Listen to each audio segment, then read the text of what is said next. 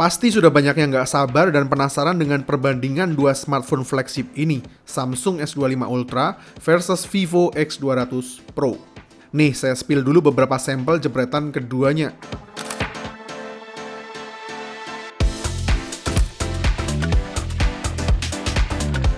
Tahu sendirilah gimana kualitas fotografi dari Vivo X200 Pro yang udah kita tes bulan lalu, yang menjadi salah satu smartphone dengan kualitas fotografi terbaik hingga saat ini. Dengan kemunculan S25 Ultra ini, apakah predikat itu bakalan disikat sama Samsung? Mengingat, salah satu kekuatan dari X200 Pro di lensa telefotonya yang fenomenal itu pada dasarnya menggunakan sensor terbaru dari Samsung, yaitu ISOCELL HP9. Sebuah sensor yang luar biasa dan didedikasikan khusus buat telefoto dengan resolusi tinggi 200 megapiksel.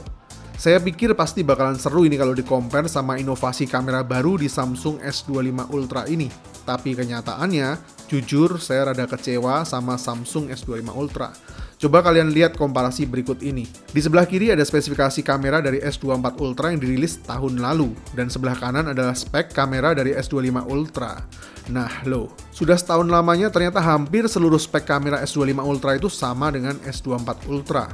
Coba lihat main kameranya, punya spek yang sama persis dengan sebelumnya. Begitu juga dengan lensa telefoto keduanya. Semuanya masih pakai kamera dengan sensor yang sama dengan S24 Ultra tahun lalu. Bedanya cuma di bagian kamera ultrawide-nya aja yang kini mengalami peningkatan dari 12 megapiksel ke 50 megapiksel, sensor size yang lebih luas dan bukaan aperture yang lebih luas juga. Tapi selain kamera wide-nya, semuanya sama persis. Jadi memang nampaknya di seri Ultra kali ini Samsung lebih fokus ke performa chipset dan fitur-fitur AI-nya dibanding fotografinya. Tapi yang bikin ironi adalah sensor ISOCELL HP9 yang dibikin sama Samsung sendiri dan sesuperior itu justru dengan mudahnya diberiin ke Vivo kompetitornya sendiri. Tapi Samsung malah memilih memakai spesifikasi tahun lalu. Wow, ini Samsungnya yang kepedean atau it's just about business? Atau gimana? Padahal yang namanya flagship itu dari tahun ke tahun, salah satu fungsi utamanya kan dalam tanda petik show off inovasi paling baru dan paling mutakhir mewakili nama brandnya, supaya jalannya selama setahun berikutnya lancar. Dan biasanya yang paling ditunggu dari tahun ke tahun untuk sebuah flagship itu ya fotografinya. Tapi sebelumnya buat warga Jogja dan sekitarnya, kalau kalian mau cari smartphone yang lengkap dan terpercaya, bisa coba mampir ke Prima Abadi. Ini gadget store langganan kita sejak Flash Gadget baru mulai bikin review HP di YouTube. Tempatnya luas, bersahabat, dan sangat trusted. Alamat lengkapnya bisa cek di deskripsi. Sekarang kita coba compare spesifikasi kamera kedua flagship berikut ini. Hasilnya, pertama kita compare di kondisi pencahayaan yang aman dan teduh dulu. Saya menggunakan default setting buat capture di kedua HP dengan pilihan size natural di X200 Pro supaya preferensinya serupa. Jepretan pertama default kamera 1 kali dengan focal length 23 mm. Sekilas dari gambar ini keduanya memang tampil sangat baik, tapi first glance yang langsung kita tangkap saturasi warna yang ada di Samsung terlihat lebih tinggi dibanding Vivo, khususnya jika kita perhatiin warna kulit dan warna payung orange. Terlihat lebih hidup tapi memang jadi rada kurang alami kalau dibandingin dengan natural colornya Zeiss. Ini masih tergantung preferensi.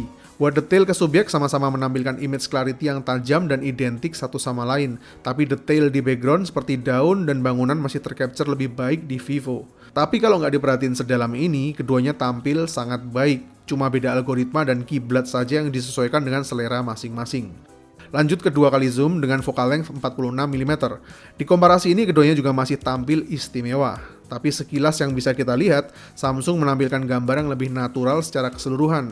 Tapi untuk dimensi subjek terhadap background, Vivo menampilkan dimensi dan kedalaman yang lebih baik sehingga dynamic range-nya terlihat lebih luas. Tapi kalau kita zoom, detail subjek yang ditampilkan Samsung masih terlihat lebih baik, khususnya di bagian helaian rambut dan lipatan baju yang masih terlihat jelas dibanding Vivo.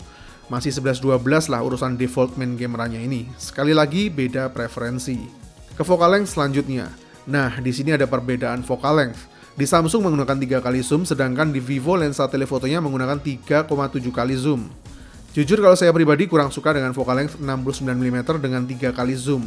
Karena perbedaan jarak fokalnya kurang signifikan dibanding dengan 85 mm di 3,7 kali zoom. Yang skenario berceritanya bisa punya rentang yang lebih luas. Depth of field-nya juga hasilnya lebih dapat. Kalau diperbandingkan dengan default main camera 1 kali hingga 2 kali zoom-nya tadi, keduanya 11-12. Begitu sampai di atas 3 kali zoom baru mulai terasa perbedaan levelnya. Coba lihat ini. Bisa kalian lihat seberapa banyak perbedaan image clarity keduanya. Di Samsung detail subjeknya sudah mulai blurry ketika kita zoom, padahal ini di kondisi pencahayaan yang aman. Sedangkan di Vivo masih tampil superior. Mulai dari detail pori di wajah, helaian rambut, hingga tekstur baju semuanya masih terlihat jelas. Lanjut ke focal length berikutnya. Di Samsung A5 kali zoom dengan 115 mm dan di Vivo 7,5 kali zoom dengan 170 mm. Waduh gawat. Kalau ini bisa kalian lihat sendirilah seberapa jauh perbedaan kualitasnya. Ini pun belum saya zoom. Coba ya kita samain skalanya. Bisa dilihat detail wajah yang ada di Samsung sudah menurun tajam dan kedalaman warnanya jauh berbeda. Di Vivo masih sangat kristal clear dan nggak menunjukkan sedikit pun tanda kewalahan. Dan ini sebenarnya masih ada sisa satu mode lagi di setup kameranya, yaitu 10 kali zoom. Gimana? Masih berani lanjut? Nah, ini dia kualitas jepretan 10 kali zoomnya yang sama-sama punya focal length 230 mm. Sudah jelas banget bedanya, nggak perlu saya mention satu-satu lagi. Nih, saya zoom lagi buat yang belum kelihatan jelas karena lihatnya pakai display HP. Coba lihat detail yang ada di bola mata jepretan Vivo. Ya, beginilah kualitas makro telefotonya. Di mode 10 kali zoomnya masih tampil sangat superior. Jadi selain Zeiss dan algoritmanya Vivo yang mantap, memang kualitas sensor yang dibuat sama Samsung dengan ISOCELL HP9-nya ini benar-benar bagus. Jadi Vivo harus berterima kasih sama Samsung. Sampai-sampai Samsung rela ngorbanin kemampuan zoomnya dengan tetap menggunakan setup kamera tahun lalu demi Vivo kayak gini.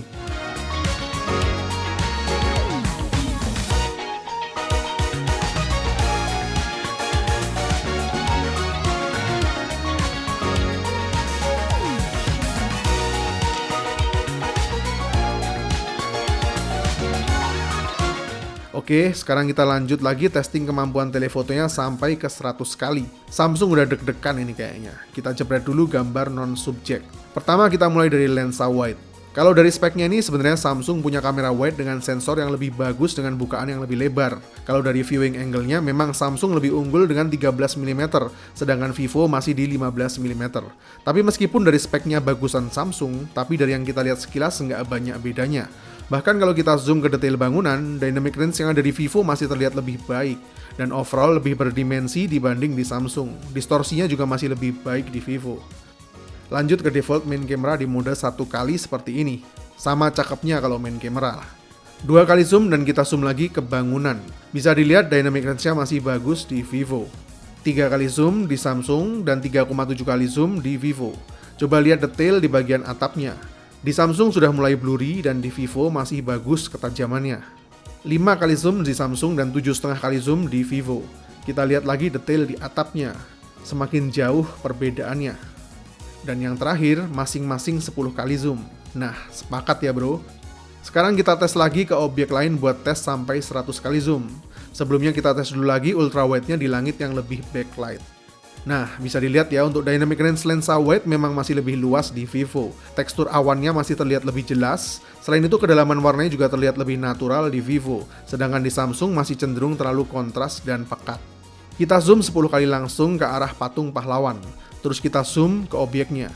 Di Vivo lebih detail dan solid. Warnanya juga masih konsisten. Kita zoom lagi sampai 30 kali. Dan kita lihat detailnya ke objek. Di Vivo masih cukup solid meskipun detailnya mulai blur, tapi outline masih jelas sedangkan di Samsung mulai sedikit terlihat chromatic aberration. Yang terakhir sama-sama kita zoom sampai 100 kali. Dan jujur buat kestabilannya dalam capture di 50-100 kali zoomnya ini, kita lebih sulit dapat fokusnya juga di Samsung. Dan ini hasilnya. Bisa dilihat ya seberapa jauh perbedaan kualitas lensa telefoto keduanya. Masih belum puas? Coba kita tes lagi kemampuan telefoto makronya. Kita jepret pohon ini supaya terlihat jelas teksturnya. 10 kali zoom ke arah potongan dahan pohon. Jelas banget perbedaannya. Gak perlu saya mention lagi yang mana aja. Lanjut lagi ke 30 kali zoom. Fix ya, kalau kalian penggemar makro fotografi, kiblatnya pilih yang mana. Nah, kenapa kemampuan kamera telefotonya punya diferensiasi sejauh ini? Jadi meskipun di Samsung punya 2 telefoto kamera, tapi keduanya masih kalah kualitasnya jika dibandingin dengan yang ada di Vivo. Selain resolusi 200 megapikselnya, bisa kita lihat di Vivo sensor size-nya lebih gede, dengan aperture yang lebih luas juga. Apalagi pakai sensor terbaru Samsung ISOCELL HP9 yang memang dedicated buat telefoto 200 megapiksel. Jadi hasilnya ya seperti yang bisa kalian lihat tadi. Next kita tes portrait kameranya. Buat portrait mode-nya ini, Vivo punya pilihan focal length yang lebih beragam dibanding Samsung. Yang mana menurut saya pilihan focal length yang ada di Vivo ini lebih ideal buat para penggemar portrait fotografi. Kita tes dulu mulai dari 23 mm. Sekilas langsung terlihat perbedaan tone warnanya. Samsung lebih ke natural, sedangkan di Vivo terlihat lebih vibrance. Apalagi kalau kita zoom ke subjeknya. Di Vivo, AI enhancement-nya langsung terlihat jelas dibanding Samsung yang memilih tampil alami. Bahkan tekstur baju maupun kulit yang ada di Samsung masih terlihat, sedangkan di Vivo sudah mulai hilang karena enhancement-nya. Tapi secara teknikal, memang detail yang terlihat di Vivo jauh lebih baik. Bokehnya juga lebih alami dengan separasi yang lebih natural. Perhatikan juga objek kotak pos warna merahnya. Di Vivo memang terlihat lebih berdimensi dan nggak flat. Selanjutnya di Samsung yang punya focal length 46 mm, sedangkan di Vivo punya focal length diantaranya yaitu 35 mm. Overall masih mirip dengan sebelumnya, tapi kalau kita zoom ke wajah di mode ini, Vivo tampil dengan detail yang lebih baik meskipun sudah tersentuh AI. Masih seamless, terbukti dengan pori-pori di wajah masih terlihat jelas dibandingin Samsung yang udah mulai blurry detailnya. Kita jebret lagi, Samsung masih di 46 mm dan Vivo punya focal length 50 mm. Di sini harus diakui, Vivo lagi-lagi tampil lebih baik. Image clarity yang tajam dengan subjek yang pop-up memberikan dimensi dengan depth of field yang lebih dalam dibanding Samsung, yang terasa lebih flat, dengan bokeh yang kurang begitu alami. Dan terkonfirmasi juga kalau kita zoom ke subjeknya seperti ini, terlihat jelas diferensiasinya. Lanjut ke focal length selanjutnya, Samsung dengan 69 mm dan Vivo di 85 mm. Nah, ini yang saya maksud mengenai pilihan focal length yang lebih ideal. Menurut saya, untuk foto portrait, jarak fokal antara 2 kali dan 3 kali yang dimiliki Samsung ini rada nanggung. Jadi terlalu sedikit perbedaan jaraknya. Dibanding 2 kali ke 3,7 kali milik Vivo yang saya rasa lebih pas buat portrait fotografi. Seperti kalian tahu, telefoto 3,7 kalinya Vivo ini adalah salah satu yang terbaik saat ini. Coba kalian lihat perbedaan separasi bokeh yang dihasilin Vivo ini dibanding Samsung. Nampaknya Samsung masih struggling dengan area rambut, dengan bokeh yang generating effort banget. Dibanding Vivo yang nampak nggak terlalu effort, tapi menghasilkan kualitas yang mirip dengan kamera mirrorless. Mungkin kalau kita compare di area main camera, Samsung masih bisa bersaing dan terkadang lebih baik dibanding Vivo. Tapi kalau untuk ranah telefoto 3 kali hingga 100 kali zoom, Vivo masih ada di level yang berbeda. Masih no contest lah. Mau lihat lebih jelas lagi? Kita jepret ke focal length terakhir. Samsung di 115 mm dan Vivo 135 mm. Boom! Gila sih ini diferensiasinya. Seperti membandingkan kualitas foto antara flagship dan mohon maaf, kelas mid-range. Padahal ingat, ini kita jepret di kondisi skenario yang aman dengan cahaya yang melimpah. Dan kalian belum lihat bagaimana di kondisi indoor maupun low light-nya nanti. Makanya di awal video saya bilang sayang banget sih Samsung nggak melakukan upgrade di kamera telefotonya. Karena untuk sebuah flagship, 1 tahun itu waktu yang sangat lama. Apalagi 2 tahun stay di tempat. Tapi kalau soal video recordingnya, nampaknya Samsung masih tetap jagoannya. Kedua video ini sama-sama kita record di mode perekaman 4K 60 fps. Sekilas bisa kita lihat langsung kalau di Samsung ini lebih nyaman dipandang mata. Ya, karena memang videonya terasa sangat steady movement dan frame rate-nya. Smooth banget. Sejauh ini saya rasa masih Samsung aja yang mampu menjinakkan video recording di Android yang hampir mendekati fluidnya video iPhone. Memang kalau kita perhatiin lebih detail, dynamic range maupun kedalaman warna yang ada di Vivo ini kadang terlihat lebih baik dibanding Samsung. Tapi overall, saya masih tetap lebih nyaman sama video recordingnya Samsung. Stabil banget. Soalnya di Vivo sestabil-stabilnya masih tetap terasa guncangannya ke kanan maupun ke kiri, meskipun minim. Untuk video recording di Android, saya rasa tetap Samsung lah pilihannya. Dan keduanya ini juga mampu merekam hingga 8K 30 fps dan slow-mo 4K 120 fps. Begitu juga dengan kualitas selfie video recordingnya. Terasa lebih stabil dan konsisten movementnya maupun exposure-nya. Sangat bisa diandalkan. Meskipun memang di Vivo tone warna terlihat lebih menarik, tapi saya pribadi masih tetap lebih nyaman dengan keaslian warna dan kestabilan video yang ada di Samsung. Fix buat video recording, cuma Samsung sang penjinak Android. Oke, selanjutnya kita tes di skenario kedua, yaitu indoor. Ini adalah cafe shop yang ada di samping kantor pos. Waktu sekitar jam 5 sore dengan kondisi pencahayaan ruangan yang agak remang. Cocok buat tes low light ringan dan flare lampu. Kita tes dulu dengan lensa wide. Samsung menawarkan angle yang lebih luas dibanding Vivo, dan nampak kalau brightness yang ada di Samsung juga terasa lebih tinggi. Namun kalau kita perhatiin ke arah jendela, nampaknya di Samsung agak overexposure dan di Vivo cenderung lebih alami. Shadow yang ada di sekitar tembok juga lebih terlihat di Vivo, sedangkan di Samsung mulai menipis. Dengan dynamic range yang lebih luas di Vivo juga, khususnya jika kita perhatiin piring-piring dan cahaya lampu neon birunya. Sehingga di Vivo lebih menampilkan warna yang lebih dalam dan natural. Sekarang lanjut fokus ke jam antik dengan 2 kali zoom. Di sini overall masih tie, sama bagusnya. Secara reproduksi warna, Vivo masih lebih baik dan lebih sesuai kondisi aslinya. Tapi kalau kita perhatiin ke detail di locker, teksturnya masih lebih terlihat di Samsung. Tapi kalau kita zoom ke jam antiknya, masih lebih bagus di Vivo-nya. Overall masih sama bagusnya lah. Tapi ketika mulai kita zoom 3 kali ke atas seperti ini, langsung mulai terasa perbedaannya. Coba lihat detail, dynamic range, dan reproduksi warnanya. Semuanya kalah cukup telak. 5 kali zoom di Samsung dan 7,5 kali zoom di Vivo. Makin jauh perbedaannya. Kita zoom 10 kali keduanya. Makin jelas lagi. Dan 30 kali zoom. Boom, perbedaan yang mutlak.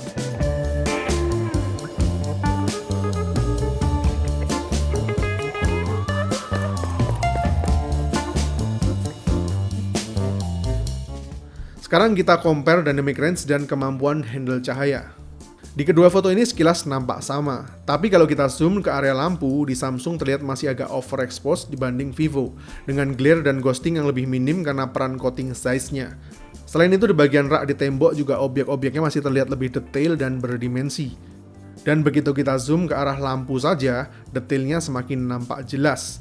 Tekstur mangkok di Vivo masih jelas, sedangkan di Samsung sudah mulai blurry. Apalagi di lampu bagian atasnya. Makin jelas lagi kalau di Vivo masih clear dan di Samsung sudah mulai muncul noise di mana-mana. Coba kita shoot lagi ke sumber cahaya yang lebih terang. Ini kualitas mode 10 kali zoomnya. Di sini peran T-Star coating lensa size-nya makin jelas terlihat. Penangkapan gambar terhadap subjek terang begini gambarnya jernih banget, nggak ada ghosting maupun flare. Dynamic range-nya juga terjaga dengan sangat baik. Kalau kita zoom begini lebih jelas lagi kalau di Samsung udah mulai noise.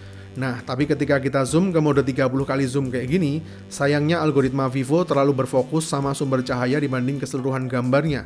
Sehingga berapa kali pun saya jepret, fokusnya tetap ke sinar lampu bohlam. Dan membuat background yang ada di sekitarnya jadi gelap total. Sedangkan di sini algoritma Samsung terasa lebih balance, tapi ini hanya terjadi di mode 30 kali zoomnya saja. Sedangkan pada saat kita turunkan ke kisaran 20 kali zoom, hasilnya tetap sebagus dan setajam ini. Secara reproduksi warnanya juga Vivo menampilkan warna yang lebih autentik sesuai kondisi aslinya di foto berikut ini. Jadi atmosfer di ruangan ini memang lebih ke kuning atau warm, sedangkan di Samsung terlihat agak pucat. Begitu juga saat kita zoom ke objeknya. Reproduksi warnanya masih sama seperti sebelumnya dengan fokus dan detail yang sangat berbeda. Tes foto dengan subjek. Nah, kalau di main kameranya memang Samsung tampil bagus. Secara komposisi dan warnanya di kondisi ini terlihat lebih sedap dipandang mata. Jika kita zoom ke bagian baju dan celana, detail teksturnya juga masih terlihat lebih dibanding Vivo yang udah mulai blurry. Tapi kalau kita fokuskan ke bagian wajah, meskipun di Samsung terlihat mulai noise, tapi di Vivo cukup terasa AI enhancement-nya, khususnya di bagian kulit dan rambut. Di mode 2 kali zoom-nya ini juga masih mirip dengan gambar sebelumnya. Samsung dengan image clarity dan kontras yang lebih tajam, sedangkan di Vivo secara keseluruhan menampilkan warna dan pencahayaan yang lebih autentik sesuai kondisi aslinya. Intinya kalau urusan main kameranya sih masih 11-12 lah sama cakepnya. Tinggal disesuaikan aja sama selera dan kebutuhan masing-masing. Tapi seperti biasa, ketika udah sampai di mode 3 kali zoom ke atas, seperti yang saya bilang tadi, Vivo ada di level yang jauh berbeda. Di kondisi indoor kayak gini, detail yang ada di Samsung sudah mulai terdegradasi, sedangkan di Vivo masih sama sekali no effort. Bagus banget, mirip kayak mirrorless.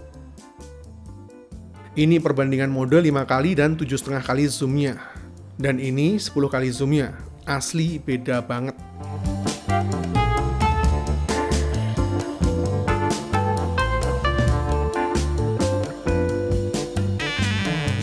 Dan ini mode portraitnya, masing-masing pakai 2 kali zoom. Di gambar ini fokus dan detail ke subjeknya jauh berbeda. Di Vivo terlihat lebih menarik dan secara komposisi dan reproduksi warnanya. Meskipun memang di mode 2 kalinya ini, efek AI-nya lebih terlihat di bagian wajah dibanding Samsung yang tampil lebih natural. Ketiga kali zoomnya perbedaannya terlalu jauh, apalagi lensa optikal telefoto 3 kali yang ada di Samsung hanya punya resolusi 10 megapiksel saja, dengan bukaan yang jauh lebih sempit. Padahal di Vivo optikal 3,7 kalinya adalah yang paling tajam. Jadi coba lebih adil kalau kita bandingin dengan lensa optical 5 kali Samsung yang punya resolusi 50 megapiksel ini. Jadi nampak lebih bagus dibanding 3 kali zoomnya tadi. Detail lebih tajam dengan skin tone yang alami. Tapi menurut saya masih tetap belum bisa menandingi image clarity dan depth of field bokehnya Vivo yang istimewa.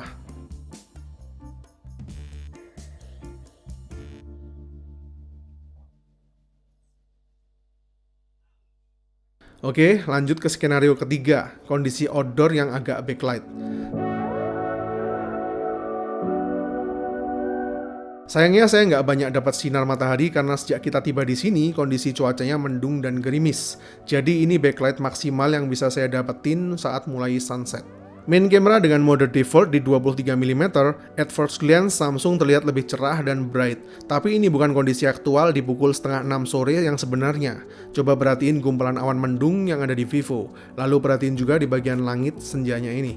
HDR yang ada di Vivo nampaknya lebih luas dengan reproduksi warna yang lebih baik menampilkan warna asli sesuai dengan kondisi aslinya.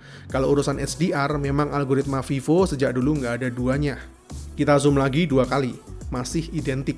3 kali zoom, karena punya focal length yang berbeda di Vivo lebih fokus ke arah cahaya sehingga objek di depannya mulai underexposure. 10 kali zoom, algoritma di Samsung lebih memilih mempertahankan kecerahan secara keseluruhan, sedangkan di Vivo semakin gelap namun lebih mempertahankan warna asli. 30 kali zoom, nampaknya di Samsung sudah mulai blurry dan noise. Tapi di Vivo masih terjaga detailnya, meskipun memang image post-processing AI-nya cukup terlihat dari outline yang sangat jelas. Dan yang terakhir 100 kali zoom. Di Samsung sudah semakin pixelated, sedangkan di Vivo masih bertahan detailnya. Tapi yang saya rasain untuk mendapatkan fokus yang steady di Samsung memang terasa lebih sulit dibandingin di Vivo. Lanjut dengan subjek membelakangi sunset. Di default main camera 1 kali ini nampaknya Samsung menawarkan kualitas detail yang lebih natural apa adanya dibandingin dengan yang ada di Vivo. Terlihat jelas di Vivo ini wajah dari model jadi lebih soft hingga helaian rambutnya terlihat AI enhancement banget. Kalau dibandingin dengan Samsung yang masih lebih alami. Meskipun memang agak kontras dan mulai muncul noise. Jadi kalau di skenario ini memang Samsung terlihat lebih baik. Begitu juga di 2 kali zoomnya. Keduanya tampak sama bagusnya, mulai dari detail hingga dynamic range-nya. Cuma kalau kita zoom ke bagian wajah, nggak dipungkiri lagi AI enhancement dari Vivo terasa terlalu kuat dibanding Samsung yang lebih natural. Dari beberapa skenario sebelumnya memang kesimpulannya di kondisi yang lebih sulit seperti low light atau backlight, algoritma Vivo nampaknya secara otomatis akan memperkuat AI enhancement-nya demi mempertahankan kualitas gambar supaya nggak noise. Jadi memang di urusan main kameranya, kedua HP ini menurut saya bersaing cukup ketat dengan plus minusnya masing-masing. Begitu juga dengan hasil jepretan di portrait mode-nya berikut ini. Coba perhatiin wajahnya. Di Vivo enhancement-nya memang terasa banget bahkan efek beautify-nya. Sedangkan di Samsung, saya rasa terlalu natural juga, sehingga foto portrait yang seharusnya lebih menonjolkan subjeknya jadi kurang terasa. Kalau nggak kita zoom, secara keseluruhan pilihan komposisi untuk portrait yang ditampilkan Vivo memang terlihat jauh lebih menarik dan sedap dipandang mata. Dan di skenario yang terakhir kita tes di kondisi low light.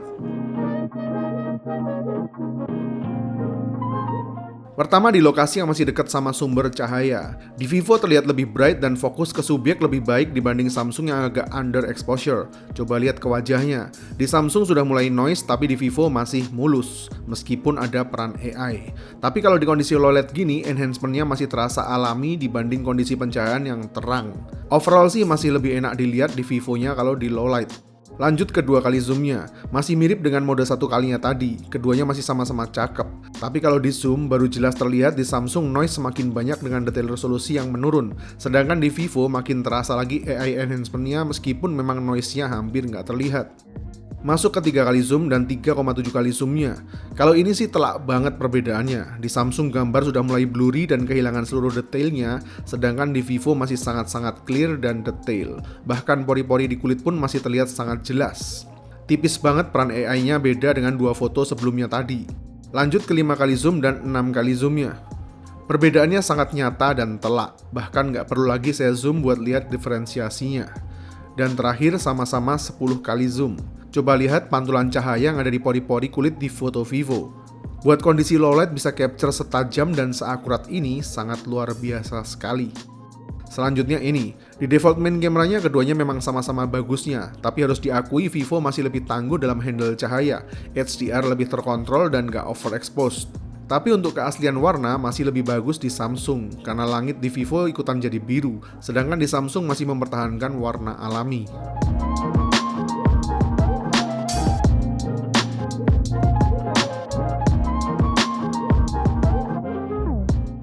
Katanya kedua HP ini diklaim sangat cocok buat dibawa ke konser karena kemampuan telefoto dan low light-nya. Mari kita tes bagusan yang mana.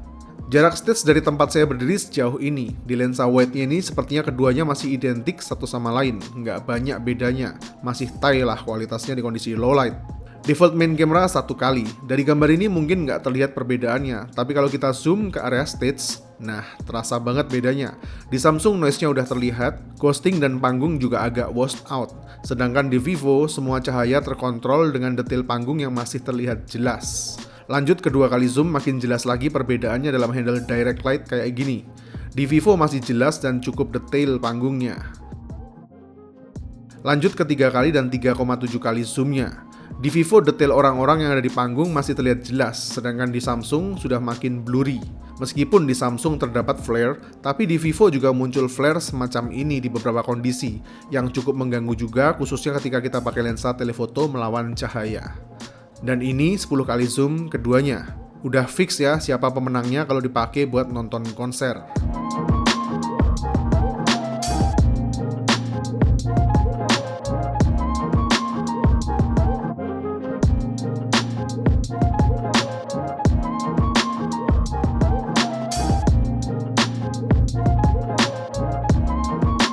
Lanjut ke portrait mode-nya. Supaya adil kita tes dengan 2 telefoto terbaik Samsung. Yang pertama di 3 kali optikalnya melawan 3,7 kali optikal Vivo.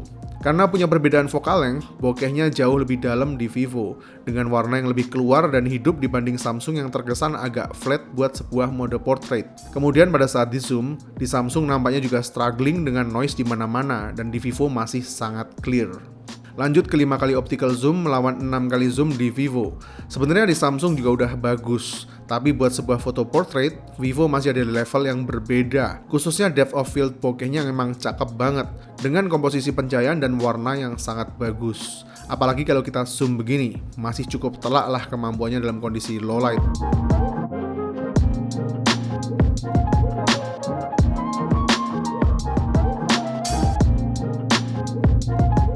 Kita tes seberapa luas HDR-nya juga di kondisi low light. Coba lihat ini. Wow, jujur saya kagum dengan dynamic range yang ditampilin di Vivo malam hari ini. Coba perhatiin neon box-nya.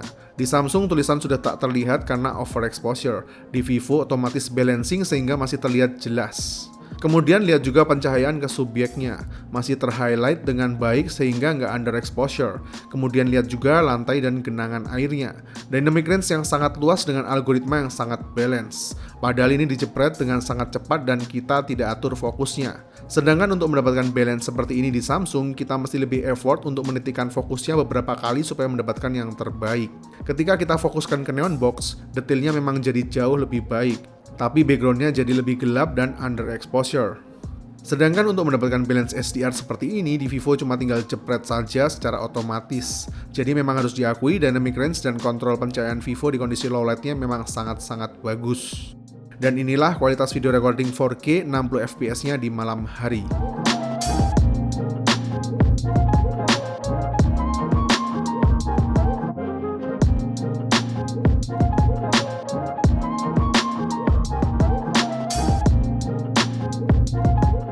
Keduanya benar-benar cakep dan memuaskan. Meskipun kalau kita perhatiin detail dan dynamic range-nya, yang ada di Vivo sedikit lebih baik. Tapi nggak dipungkiri, kestabilan dan smoothness yang dimiliki Samsung memang tetap lebih nyaman buat ditonton.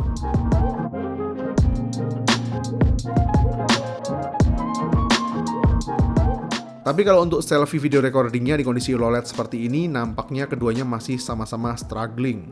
Di Vivo masih sedikit lebih terang dibanding Samsung, tapi warna yang ditampilin Vivo jadi cukup jauh akurasinya dibanding Samsung. Ketika lebih dekat dengan sumber cahaya, Samsung masih menampilkan kualitas warna yang akurat dan sesuai aslinya.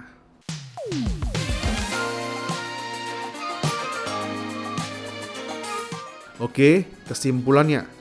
Setelah melakukan serangkaian tes di berbagai jenis kondisi, saya akan rekap kesimpulannya. Untuk kualitas main kameranya, Samsung maupun Vivo masih 11-12 sama bagusnya. Di Samsung tampil detail dan alami, dan di Vivo main kameranya sangat konsisten di semua jenis kondisi pencahayaan.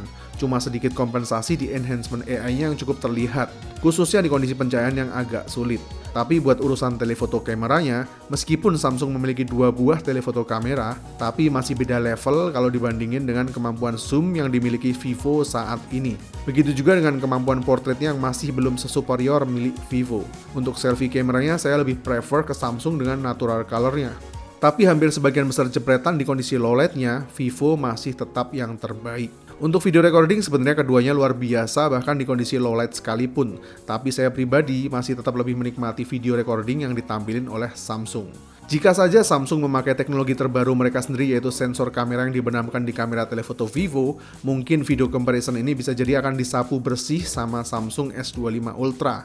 Jadi buat kalian pengguna S24 Ultra yang memang sedang galau buat upgrade ke S25 Ultra, jika fotografi adalah preferensi utama kalian, maka menurut saya masih belum perlu buat upgrade. Karena Samsung S25 Ultra kali ini memang jauh lebih concern ke urusan desain dan build quality yang saya akui memang sangat keren, performa chipset terbaru dengan segudang fitur AI yang sangat matang. Tapi buat urusan fotografinya, di sebuah smartphone flagship, fix Vivo masih belum tergeser posisinya. Saya Vian, see you in the next videos.